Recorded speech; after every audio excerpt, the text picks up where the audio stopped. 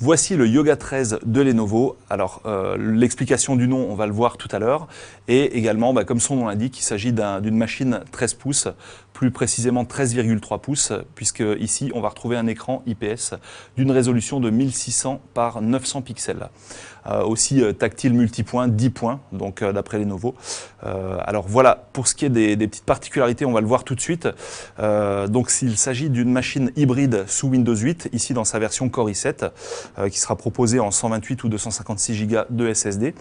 Et donc le fameux nom Yoga vient du fait qu'on va retrouver ici une double charnière qui permet de faire pivoter l'écran complètement sur l'arrière de la machine. Alors ça permet d'opter pour plusieurs configurations différentes, on va le voir tout de suite. Alors ici on a bien sûr un mode tablette. Alors on rappelle que c'est vrai qu'avec ce genre de machine, typiquement en 13 pouces, on a quand même un poids de 1,5 kg, ce qui dans les mains est relativement lourd. Par contre effectivement il y a vraiment un confort de lecture bien appréciable. Petit détail un peu rigolo, vous allez pouvoir jouer de l'accordéon pendant que vous êtes en mode tablette, puisque évidemment on va retrouver ici les touches en évidence sur l'arrière, qui bien sûr sont désactivées lorsqu'on pivote totalement l'écran comme ceci. Donc on peut appuyer dessus, ça ne fait absolument rien, donc c'est quelque chose qui bien sûr a été prévu, mais c'est vrai que ça fait toujours bizarre de tenir une tablette et de sentir des touches derrière. Alors à part ces deux positions qu'on vient de voir, donc la position ordinateur portable et la position tablette, on va en trouver deux autres. Donc il y a celle-là notamment, qui est vantée par Lenovo. Donc là, on va pouvoir utiliser par exemple un clavier Bluetooth, mais ce qui n'a pas vraiment d'intérêt puisque évidemment le clavier est intégré. Le principal intérêt, c'est d'avoir une tablette fixe comme ça qui permet de consulter, mettons les news ou le journal ou n'importe quel site web, ce qui est quand même plutôt pratique.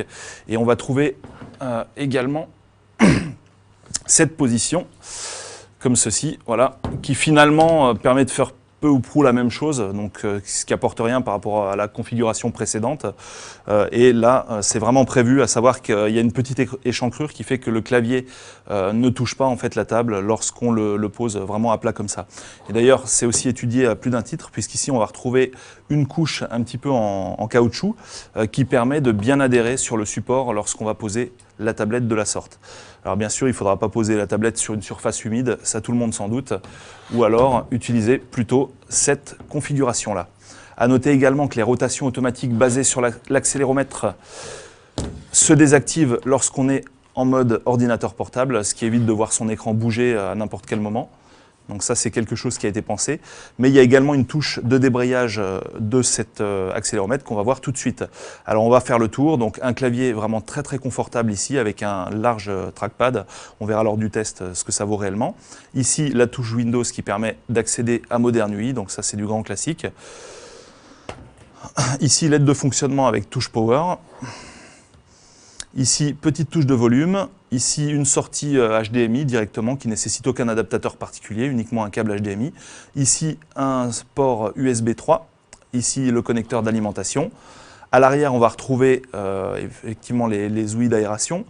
Et là, on voit cette fameuse double charnière, donc qui a un axe de rotation au niveau de l'écran et au niveau du châssis. Ce qui fait vraiment la particularité de ce Yoga 13. Ici, une couleur un peu particulière, mais qui est plutôt réussie, plutôt jolie. Encore une fois, ça dépendra évidemment des goûts. Avec ici des petits patins, histoire de bien adhérer sur les surfaces planes. De ce côté, on va trouver un connecteur d'alimentation tout à fait particulier. Ici, à nouveau, une prise USB.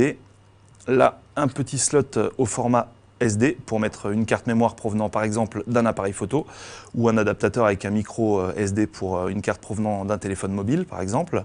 Et ici, c'est la fameuse touche dont je vous parlais qui permet de verrouiller ou déverrouiller les rotations qui sont basées sur l'accéléromètre. Donc voilà le design général. L'appareil, malgré la présence d'un clavier et d'un écran, est quand même finalement relativement fin, ce qui est plutôt appréciable. Et globalement, ça paraît bien réussi dans l'ensemble. On en saura plus en tout cas lors du test qui sera réalisé très prochainement.